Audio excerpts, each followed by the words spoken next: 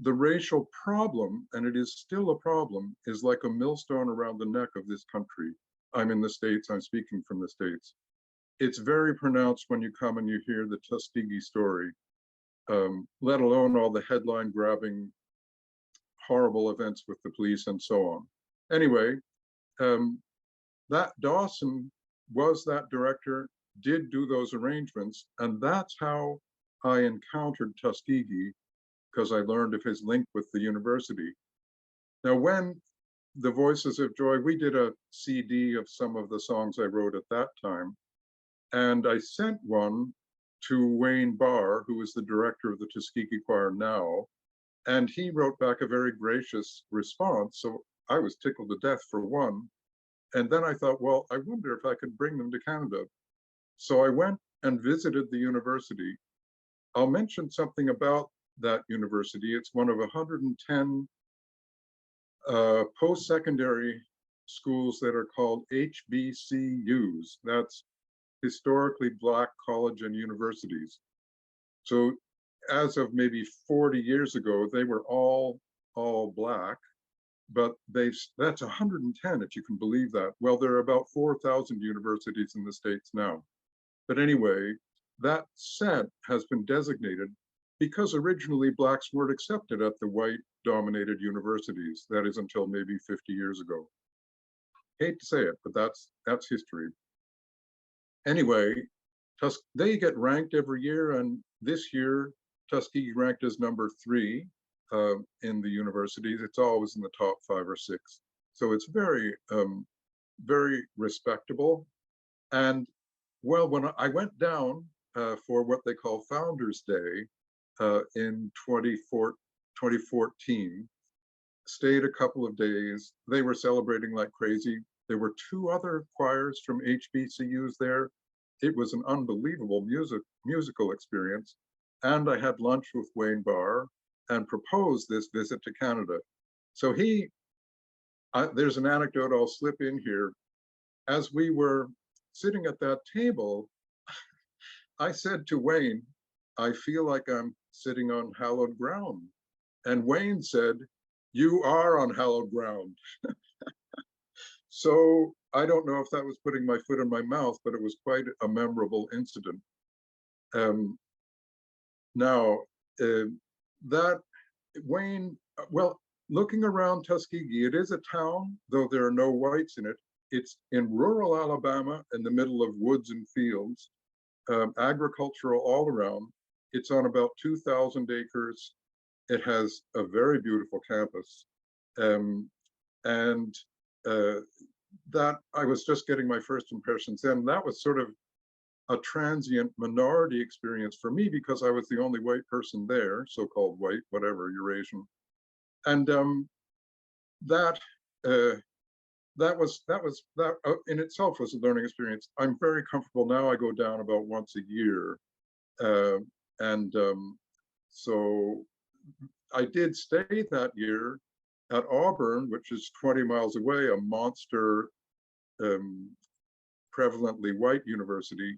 And the wealth of the town there was a very stark contrast with the town around the sort of more or less ghost town around Tuskegee, because every road on that town, in that small town, has abandoned houses in it. You don't see that many places. That's a darker side of the Tuskegee world. Anyway, that was a wonderful visit because there were really great activities on campus and the concerts of the 3 choirs. It was a privilege to go and see that. Anyway, Wayne agreed to come to Canada, but he said, well, we'll come in 2018. We're talking in 2014. So I was a bit set back, but thought, well, I'll do what he says. And over those 4 years, I tried to convince him to come sooner. I thought it was a long wait. Eventually, I learned that they have a regular rotation of regions. And so it wasn't the North's turn until 2018. That's why they're coming back this year. It's 5 years later. Their touring is normally to recruit students, and they tour in all regions of the US. So visiting places once every 5 years, if you're as good as they are, is a really good strategy because people are keen to see you again. My fingers are crossed anyway that that will apply in Canada this time. Um, so the other thing I noticed on that first visit, now I wonder if we're getting close to a slide. You could put up that next slide. So Booker T. Washington is the founder of Tuskegee University. Can we move one more slide ahead, please? And he was a slave. He wrote an autobiography called Up from Slavery, and it has a lot of interesting stories in it. One of the amazing ones was when he was walking from his home. I still am seeing the slide of me on a crate, and I want to see Booker T's book cover. So he was walking over a period of months to get to school in Richmond. And when he got there, he was penniless and he slept under the wooden board sidewalks because he had no money to pay for a place to stay. Can we please change the slide? I'm not sure if I'm seeing what you're seeing, but I want the next slide. Okay, I'll just carry on. Anyway, Tom, Tom. Yes. Yeah, I'm seeing it on my computer, but Craig has to fix his computer, so Mike has control. Okay. So, well, we're working on it. You carry on. Okay. So you'll see just a picture of Booker T's autobiography. It's not a really important thing. Anyway, when he founded, well, he was the founding president, so he was discovered among they were looking for a founding president, and he came up. It wasn't his idea, but he was an educated Black person, and they chose him.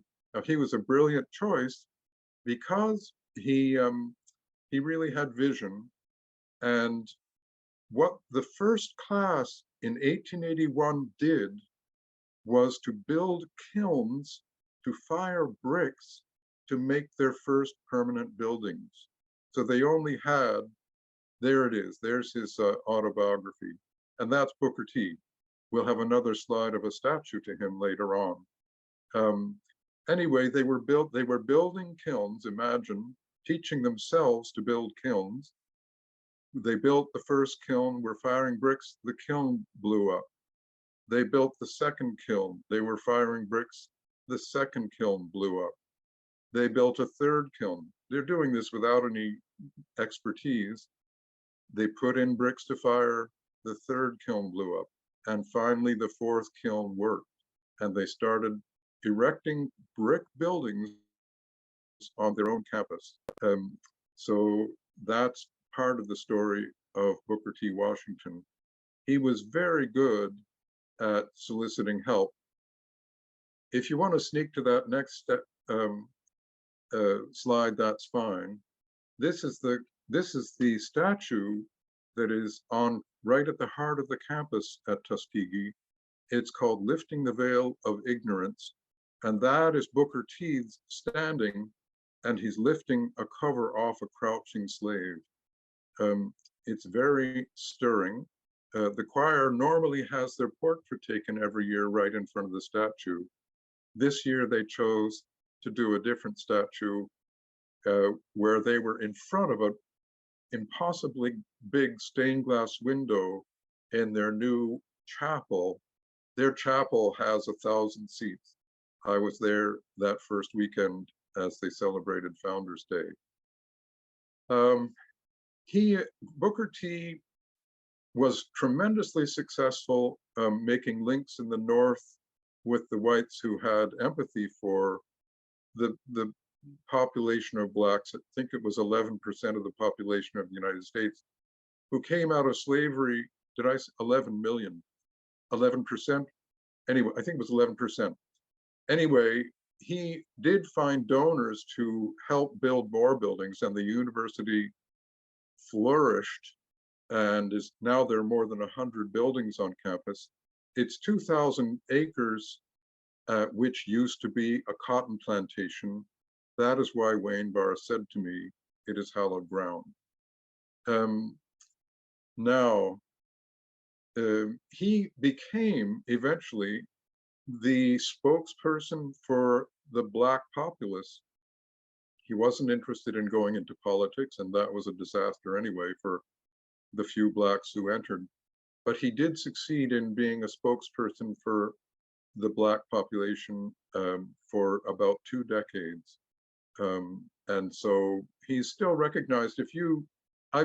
Of course, I've broadened my reading to include things from Michelle Obama to Anita Hill and onward. And even Barack Obama's books, you always find a reference to Booker T. Washington. He was that important in those decades. And now he also founded the choir. So the university was founded in 1881. He started the choir in 1886. And this is the same choir that's coming to sing in Kingston in a couple weeks' time. So it's sort of amazing.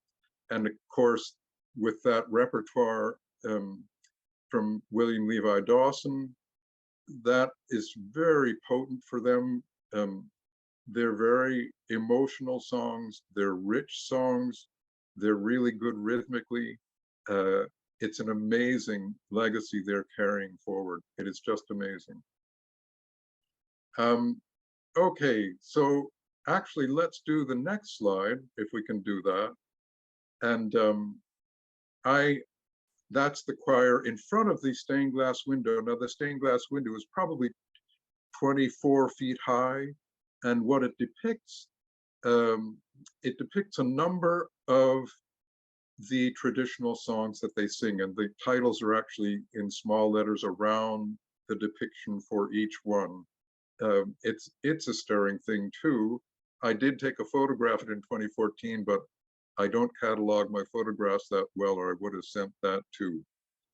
I haven't seen the picture in a long time, but I was just in Tuskegee in January, and I visit that window every time I go. Anyway, they're a handsome choir, and I can hardly wait for them to come in a way. I'm also relishing the wait. So another thing I did between the agreement in 2014 and the tour in 2018 was go and watch them sing in Tampa in 2016. And I took 2 couples with me who were friends here in Inverness. We're about 75 miles north of Tampa. So we drove down for dinner and the concert. And I don't know if I was surprised or not. In a relatively filled hall, we were the only white people there. In Tampa, which is, let's say, 80% white. So in a way, there was a bit of shock there for me, but I then processed it a bit further, and I realized, or I may have learned a little later than that, that when Wayne organizes his tours, he does it largely through what are called AME churches, and that is African Methodist Episcopalian. And I've been in one of those churches, but I just went at the end of a service I didn't attend. But of course, it's called African. And from what I know, now somebody slipped into the next slide, but I'd like them to show me.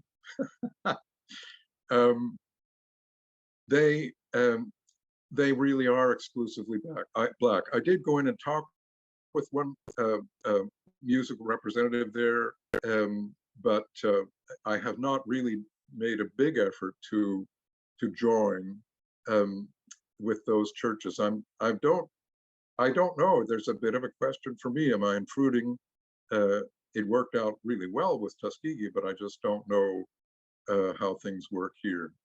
Anyway, I want to talk now about the planning involved in a tour, and it astounds me to think of having gone for a 4-week tour in Europe with now darn, her name slips my mind, the organizer. Anyway, it takes so much work to organize a concert. So, you know, there is a budget. And oh, here's something I wanted to say. I wonder if I've missed my cue here. When I talked with Andy Rush, who is the founding director and artistic director of the Open Voices in Kingston, that wonderful 100+ voice choir, he was the first person I approached in Canada to talk about the possibility of doing a tour with Tuskegee. And I can remember very clearly, I was sitting in his kitchen, we were having a coffee, and I said, you know, well, I just had a meeting with Wayne Barr. And Andy leapt to his feet and strode up and down the kitchen saying, "You had breakfast with Wayne Barr?" So I was surprised he knew who it was, but Andy's really into the gospel stream. And so he was astounded that I, whatever, had, I guess, had the temerity to go and talk to Wayne Barr. Anyway, the planning is really demanding. Of course, hotels, and there was an amazing thing in Kingston, trying to find a hotel for them last July, so I would get enough rooms. We had stayed at a motel in Kingston last time that I really liked. They were very hospitable. I phoned them. They're under renovation for the next year, so that's not a possibility. So I'm phoning around. And what they told me, they're so honest, you don't want your choir staying at a hotel in Kingston because there's a monster hockey tournament, and those hockey players after the games are over are completely crazy and run up and down the halls making so much noise your choir would never sleep. So I checked with Wayne, and we're going to go to Brockville. That's not a typical problem, but all right. But hotels, transport, snacks, other meals, publicity. Publicity is my least favorite. I'm speaking to you. This is part of the publicity campaign. Anyway, I'll speak a little bit about the 2018 tour, because on opening day, I had two friends who flew from Sioux Lookout, Ontario to help me. One of my very best friends and a friend of hers. We're in the car driving around buying toques for the choir because we're figuring that that's the morning of the first concert. The phone rings and it's Wayne saying, "We missed our plane." And the consequence is there was no concert in Ottawa that night. So a lot of scrambling there, I'll tell you. That was a very busy day. The next day we met the bus. The choir flew in with 2 hours to go before the concert in Kingston. It took 45 minutes to get through customs, so we have an hour and a quarter to get down to the church. We jumped in the bus, we rode like crazy. I was on the phone the whole time with Andy, and we made it. They came in about 15 minutes late to a standing ovation. So that was thrilling. It was really only the selects. They didn't have seats for everyone to fly from Chicago, where they ended up, to Ottawa to get to the bus. And anyway, they did a really wonderful concert, well received. Now, is it time to show them? Oh, so we should show Wayne. Show that picture of Wayne, if you would, please. This is on the bus from Ottawa to Kingston. We got this picture of the director, Wayne Barr. On that bus ride, they asked me to sing the national anthem. And I wasn't really prepared for that, but I did, and they were okay. The choir didn't really warm to me that much. As we rode on the bus, I was on the bus the whole time. And I thought that I remembered from, well, in Europe, I thought I got to know our chaperones. So I was hoping for the same thing. There's Wayne, wonderful guy. Very amazing director and very demanding. Their discipline, I've never seen anything like it. You guys who sang with me, I was so soft on you. Wayne is, well, he's more educated in music than I am, but he really hones them. They're so respectful. It's amazing. Anyway, I sang the national anthem for them. And then I did at the Kingston Motel, we sang a song, and I knew it was one of the ones I'd known from the Voices of Joy. So we got to sing, I got to sing with the choir. I wish I had that on video. Not impossible that I'll get something this time, because I'd love to have a visual record of that, but it's a wonderful memory. They sang a song of mine, Lizzie and Her Baby, which is about Liza in Uncle Tom's Cabin. When she's escaping, she learns her baby is about to be sold. She runs overnight with the baby, makes it to the river just as the chase party, who has been delayed by every technique her fellow slaves could dream up to slow them up. They reach the river just as she reaches it, but she jumps across on ice floes. And that's supposed to be a true story. You hear that about every film there is anyway, but Beatrice Stowe said in a footnote in the copy I have that she understood it was a real story. And that was one of the ones that pulled the heartstrings and started the Civil War. Abraham Lincoln said when he met Beatrice Stowe, "So you're the little lady who got this war started." So that was a very important incident, and that the song tells it in a relatively light way. When they trick the whites, the slaves roar with laughter and hoots in the song. You may or may not ever hear that song. It's online on my YouTube channel if you'd like to see it. Anyway, now Michelle, I'm tickled if your choir is singing, what the heck is it called? A Joyful Noise. I learned 2 days ago that Wayne and the choir are singing a different song called I Am a Child. And I dedicated that to Wayne and the choir. And so that's the one they chose to sing. So if you come to the concert, you'll hear that song of mine that I really love. And my choir members have sung. It's on our more or less informal CD. Anyway, there was a bit of controversy with their singing that song of slavery. Wayne said to me, that is, I, writing in admiration of this escape as a white person, Wayne told me that there was one choir member especially objected to singing about Mrs. and Massa, and he really had to win the choir over to sing it, but they sang it magnificently, I have to say. And of course, they sing everything magnificent. I can hardly wait to hear I'm a Child. Anyway, I really like the one you'll be doing this morning too. I wish I could hear that. Okay, so after the the Ottawa Kerfuffle and the Kingston Triumphant concert, Toronto concert, London concert went very well. The next thing I did was in 2020 with the choir, I made a cold call. I had friends in northern Arkansas. I hadn't seen their place up there. And I found that Springfield, Missouri was only 2 hours away from them. And that was a place that Wayne was willing to sing. I had said to him, I want to stay involved with the choir. Can we do something before 2023? So I made a cold call to a church in Springfield, Missouri. I've never been there, and had a 20-minute conversation. The minister there was quite keen about hosting the choir. I said to her later in the conversation, I'm sure, now normally I believe this choir sings for Black audiences.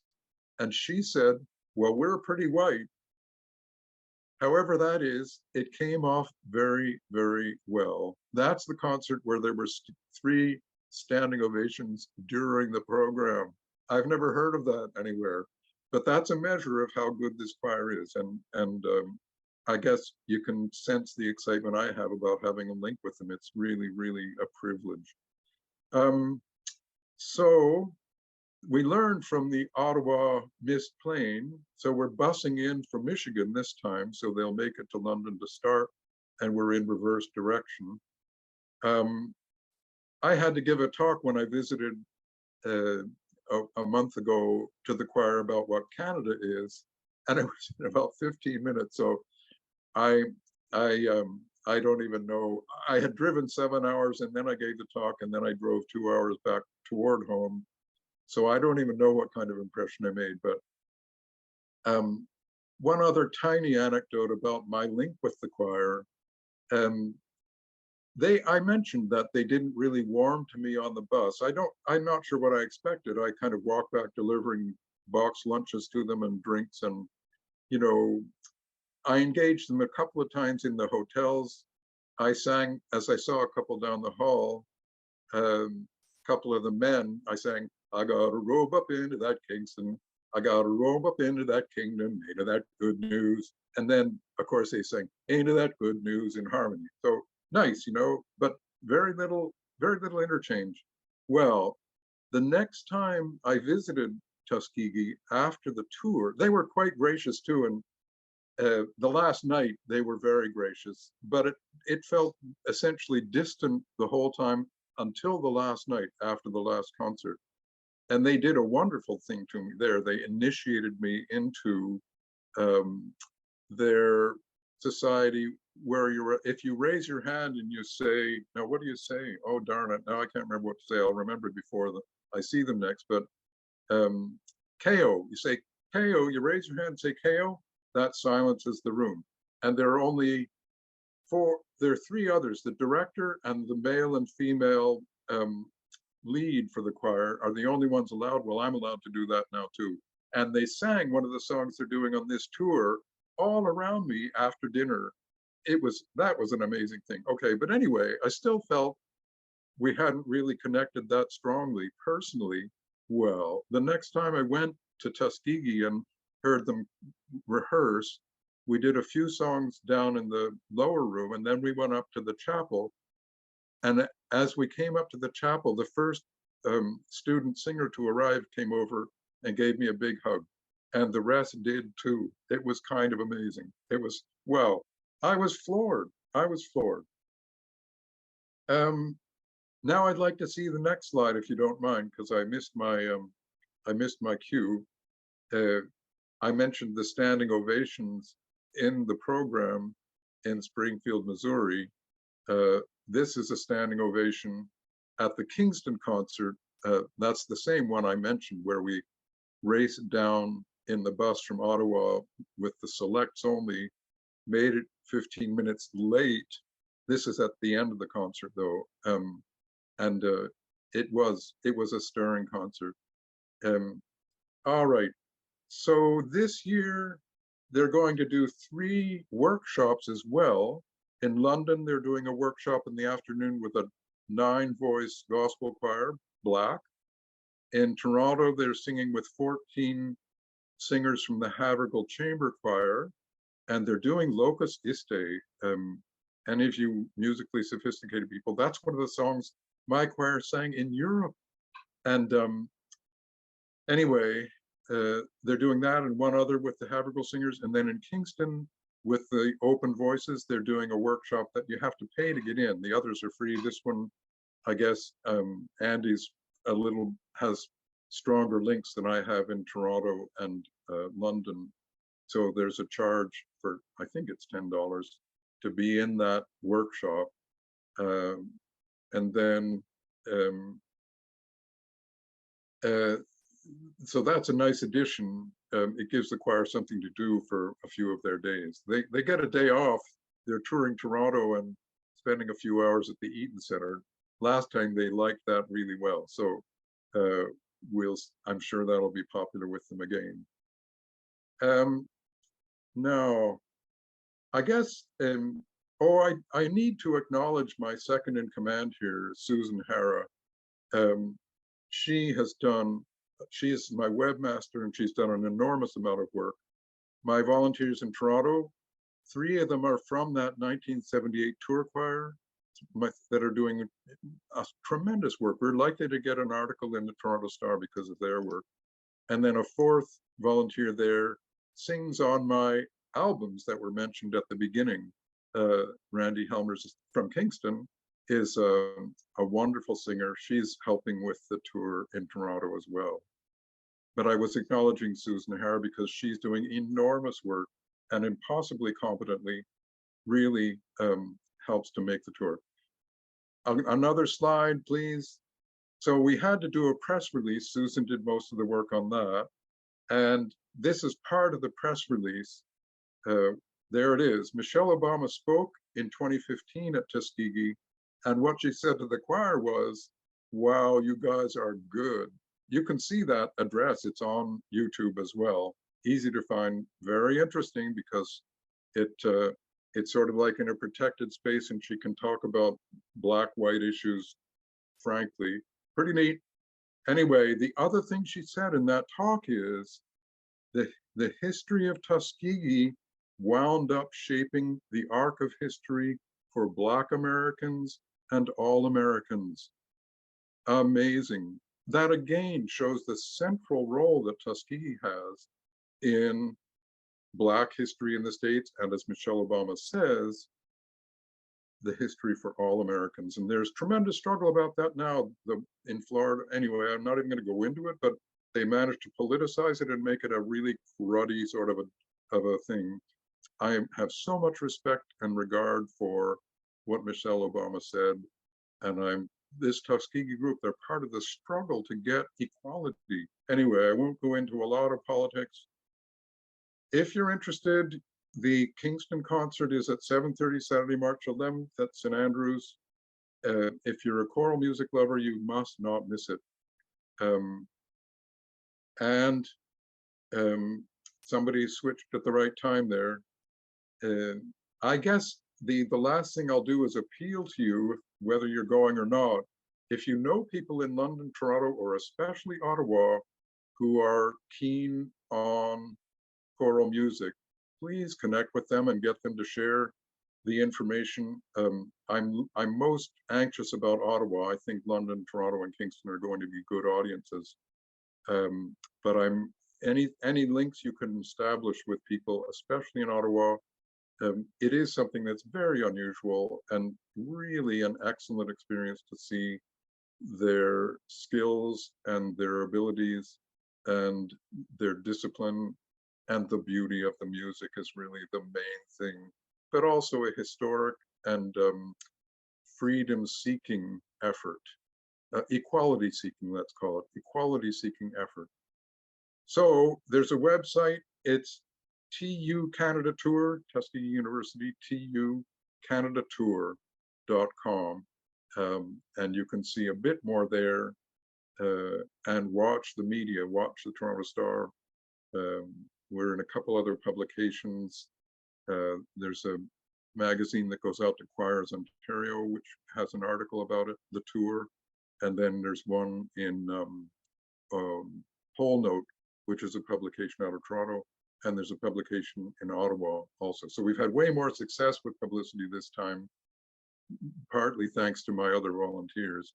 I've been hitting my head against the CBC. I have no regard for them because they have no interest in this whatsoever. Anyway, that's a tiny bitter bit, but you can tell I'm tickled and I'm enthused. So I thank you for having me speak, and I'd be glad to answer any questions you have.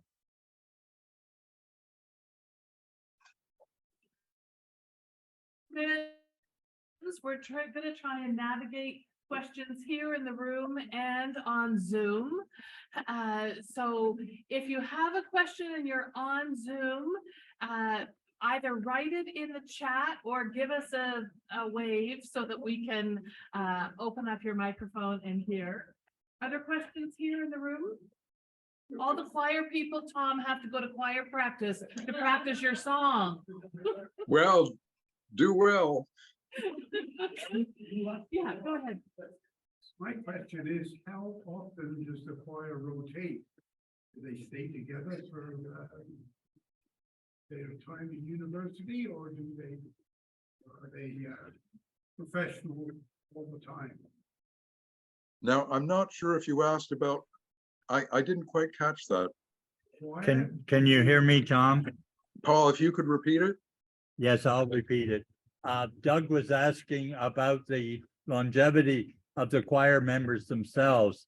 They're students, we're taking it, so they rotate in and out of the choir all the time, every year?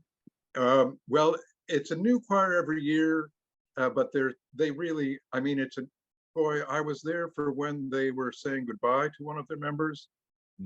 And it was amazing. It was very moving.